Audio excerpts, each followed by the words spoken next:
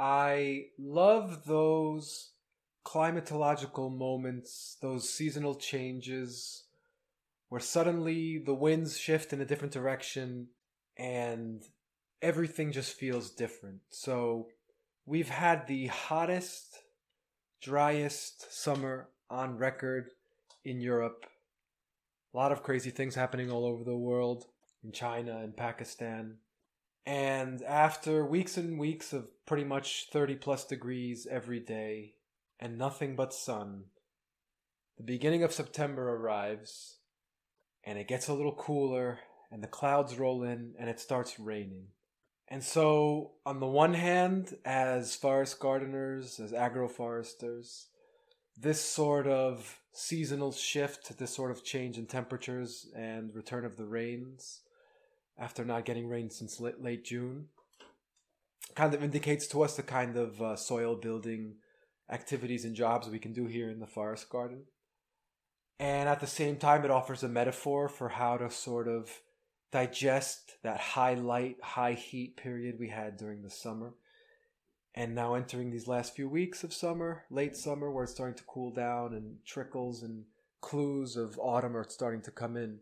How can we start digesting and breaking down and composting all of these things that happened that had so much light shined on them during the summer? How do we feel about them?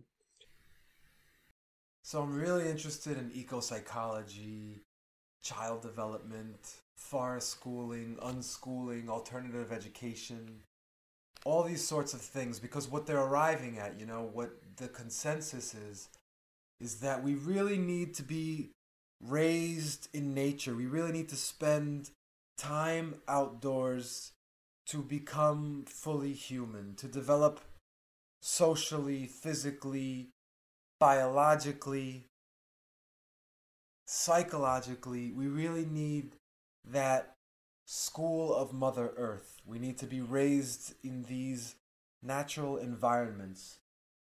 And so, as an animist, as someone who sees the psyche and the soul as an ecological expression, just as much as, if not more than, a spiritual expression, I like to take these external activities we're doing and allow them to reflect inside of myself. And so I'm allowing myself to learn, to get the education that I didn't get as a child.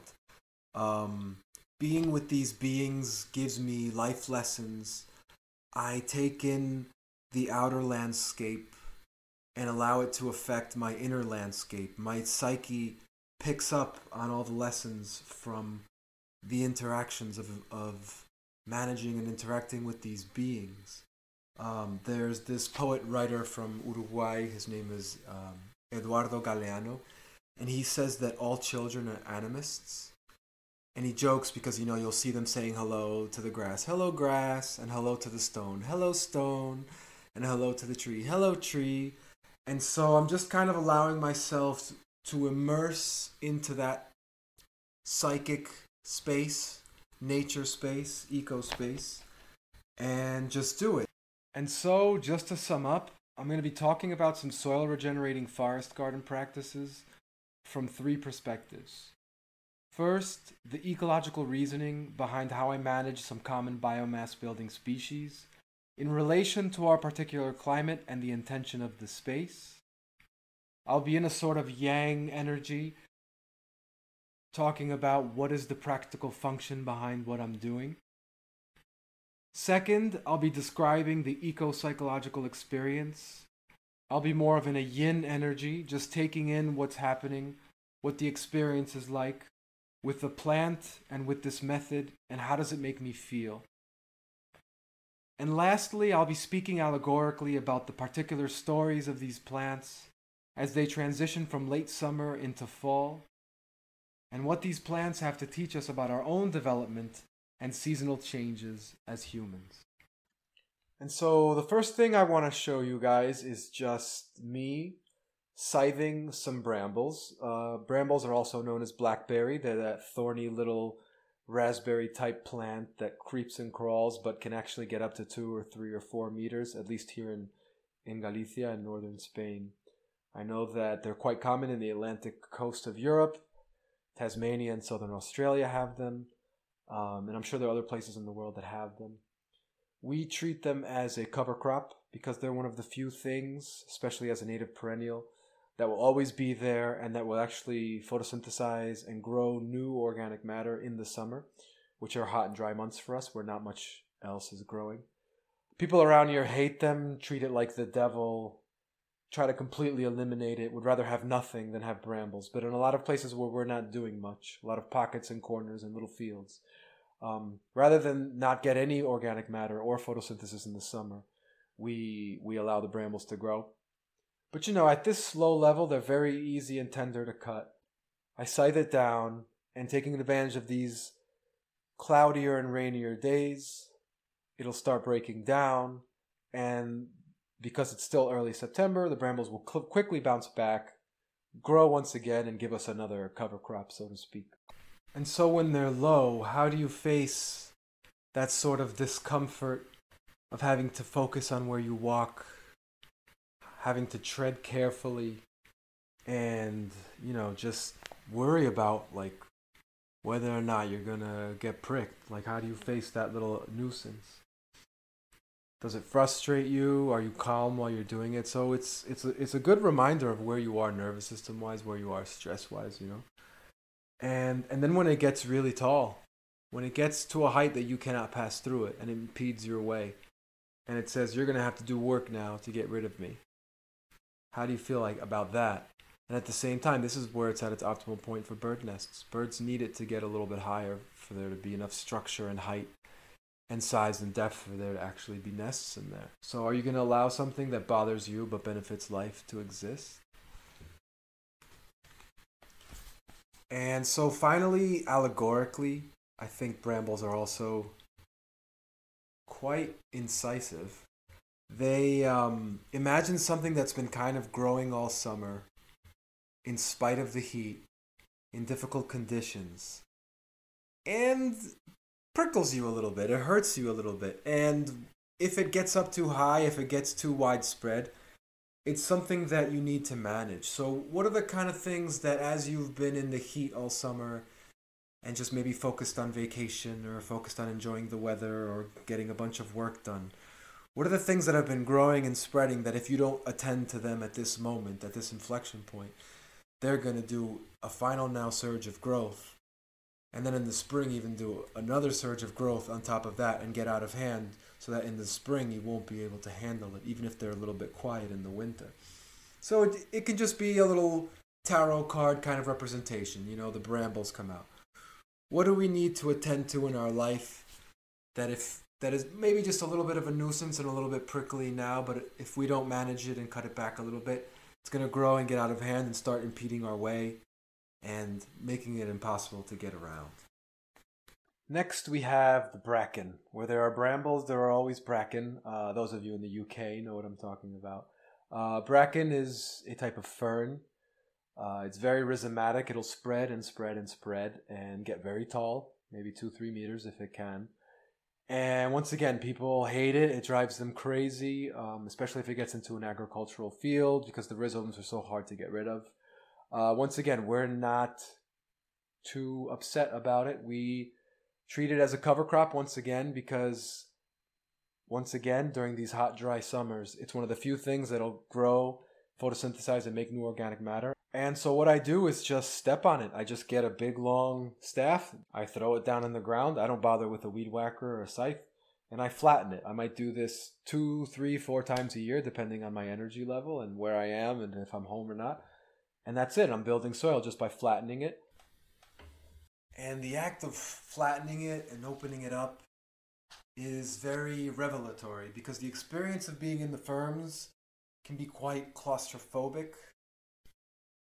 Your view is blocked, and so if you start getting uncomfortable and feeling anxious about not being able to see what's going on around you, like really feeling like you're in this box and not knowing what possible stimuli or threats could be imaginally behind those ferns, it can be a little annoying, and it can give you that desire to just bowl it over and push it over. And walking through it is really an interesting experience because it's an experience that the brambles won't give you. So you can go into a fern and just start stepping right on it and step right through it and quickly make a path through this thing that seems very thick and very high. So it also shows you that what's kind of blocking your view, it really isn't as bad as you think.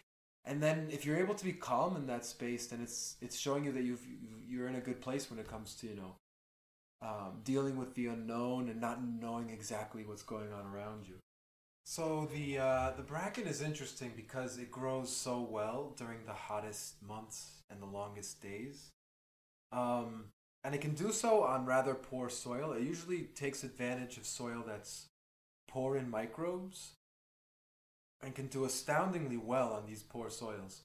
We've actually done an experiment where we poured microbe tea on a spot that had had bracken for like 20-25 years.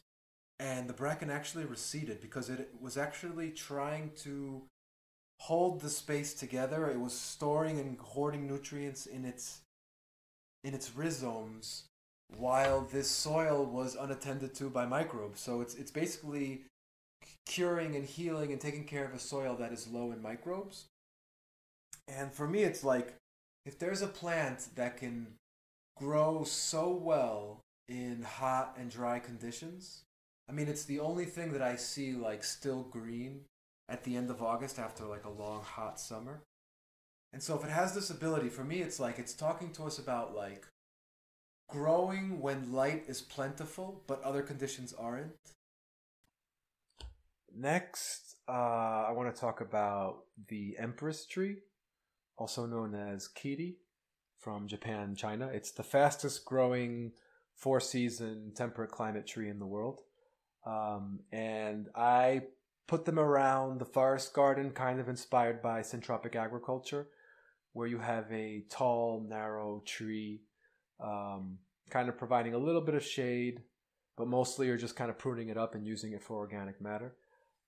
We live in an area where it's very, very hard to get wood chips, and I've always wanted wood chips to mulch the paths and have clear paths. And so what I'm doing is that I found that the elderberry and the Empress Tree are the two trees that I see that kind of break down the fastest. And coincidentally, they both have hollow branches. So obviously, if you have a hollow branch, more humidity and air can get inside. And the little bugs and the mycelium can break it down a little bit faster because they have more easy access. So I really like these two, and I'm experimenting with both of them to kind of make paths. And so I also have a lot of unpruned Empress trees around just to keep everything shadier during the hot, dry months. So a lot of places where I have perennials so that I don't have to worry about watering them as much, I'll keep the Empress tree. At the same time, we should also know that the Empress tree is quite a thirsty species. Now, the way to control a thirsty species is by pruning it, because the less crown, the less leaf surface it has, the less it can transpire, and therefore the less water it's going to use. But in this case, I chose to go with the shade and keep the Empress tree because I didn't really have like thirsty crops underneath the crowns, just kind of perennials that I wanted to keep from frying in the sun. At the same time, if I wanted to, let's say, cultivate something among a canopy of Empress trees, I might keep the Empress trees very narrow with very little crown so that they're not taking up all the water. But at the same time, then it's my responsibility now to make sure that if I have a thirsty crop, that it's irrigated enough. Something like a C4 might not have a problem, but other things that are a little thirstier and are now in very full sun and going to be needing a lot of water are going to need water at the surface. I like relying on trees to kind of keep everything shady because I know that if they're getting water, they might be getting it from much deeper than what my perennial crops would be. And I keep the surface of those perennial crops, around those perennial crops, as cool as possible. And hopefully I don't have to water them as much in summer. So being up in the Empress is very, very pleasant. She's a really easy tree to climb. And then she offers her branches really easily when you cut them. They'll usually just snap off once you get about halfway or slightly over halfway through the cut. So it's just an empowering tree, you know, because you can do so much mulching in so little time. And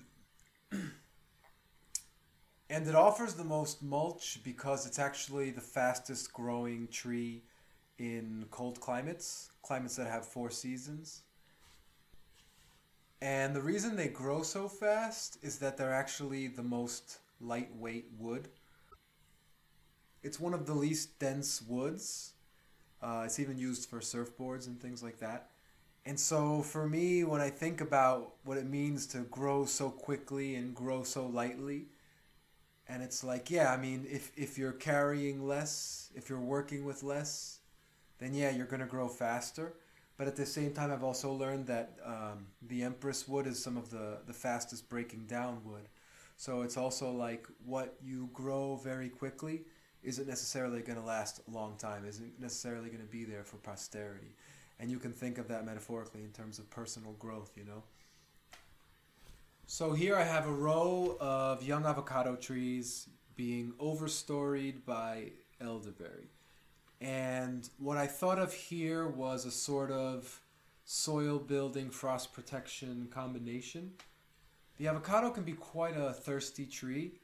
And at the same time, since I've just germinated Hass from the supermarket, and since we do get slight frosts, if I had gotten a more hardy variety of avocado here, I wouldn't have had any problems. But since I didn't have access to a nursery with those hardier varieties, out of pure enthusiasm and just wanting to have avocados and seeing what happens and just having so many free avocado pits from eating them all the time, well, I decided to germinate a bunch. So here I planted a row. And as a crop, when it's cropping, when it's large, avocado is very, very, very thirsty. The elderberry I've seen do well here, even in drier soils. And so I combined the elderberry with the avocado, knowing that when the avocado got big and matured, that I could always cut back the elderberry to limit its transpiration. But even if I didn't, it probably wouldn't be taking up that much water. And then at the same time, the special thing about the elderberry here is that it's only inactive for maybe a month and a half a year. Like, if it loses its leaves in December, they're already coming back in January. So I also thought of using the elderberry as a sort of frost protection for the Hass when they're younger. Once the Hass get over a few meters tall, they don't really have a problem with the frost here anymore. We're in zone 9. We do get 0, if it's really cold, 1 degree below 0. With climate change now, we might catch a glimpse of 2 degrees below 0. I'm talking Celsius. And so yeah, that's simple. I'm mulching elderberry to build soil for this avocado. Hopefully, since it's only early September, the elderberry has another little growth spurt and can grow a nice little ceiling for the avocado in time for the first frost that may arrive around the new year. And so, yeah. And I really enjoy just being around the elderberry. The leaves, they have a really pleasant smell, not quite sweet, but just comforting to be around. I don't know if that makes any sense. And then they're real confidence boosters to work with because they're so brittle that you can actually chop and drop a bunch of branches just with your bare hands. So it's just so easy to work with, and it creates this nice little feel. It's very malleable. It'll come back from just about any kind of pruning. So it's just a joy to work with. And so in conclusion, what I'm talking about is how being in nature, whether you're a child or an adult going back and working on yourself, is working with something that when you look out, it is looking back at you. So I'm not just going through a routine, working with materials, staying very scientific, just trying to feed the soil, just trying to increase the microbe population. There's a lot more going on to it, and I allow myself to veer off from the work. When you inevitably run into some sort of obstacle or get into some sort of adventure or have this sort of embodied, very connected experience to a particular detail, be it moss on a stone or the particular form of a ripple of a current in a stream, it starts teaching you things about life. Nature is the teacher of life. Their particular qualities, when I interact with them, teach me how to deal with situations, and they show me things about myself, about how I deal with these situations. And so when I'm forest gardening and I'm interacting with these different species, I'm working with them from a place of biology and bushcraft and forest ecology, but also from a place of play and innocence and experience and getting to know you. And hey, how are you? Who are you? What do you do, plant? How do I go up this hill? What is this rock? How do I... my feet are wet. All these little experiences. So this is my first attempt at kind of trying to explain all of this experience, where rather than just giving a sort of technical, this is how I grow my crops type of video, I'm talking to you from a perspective of forest gardening, from a perspective of ecopsychology, and from a perspective of mythopoetics and animism. And hopefully I can develop this style on YouTube, because I'm really not used to just talking to a microphone by myself. And I enjoy writing, but also writing. And I'm much more comfortable and much more in my zone when I'm speaking to someone one-on-one or one-on-two, and I'm much more vivid and much more colorful in my prose and way of explaining. So hopefully if, just 3 or 4 people get interested in this and want to have a dialogue, and I feel like I'm talking to them, then great. Because I do enjoy talking about this stuff and sharing it, and hoping someone else in the world is also thinking about this stuff when they're doing their homesteading or their forest gardening or their backyard gardening or their self-sufficiency or their permaculture. So thank you so much for listening. This was a first attempt. Thank you for your patience. Welcome to take questions and connect about these matters, because I find them fascinating.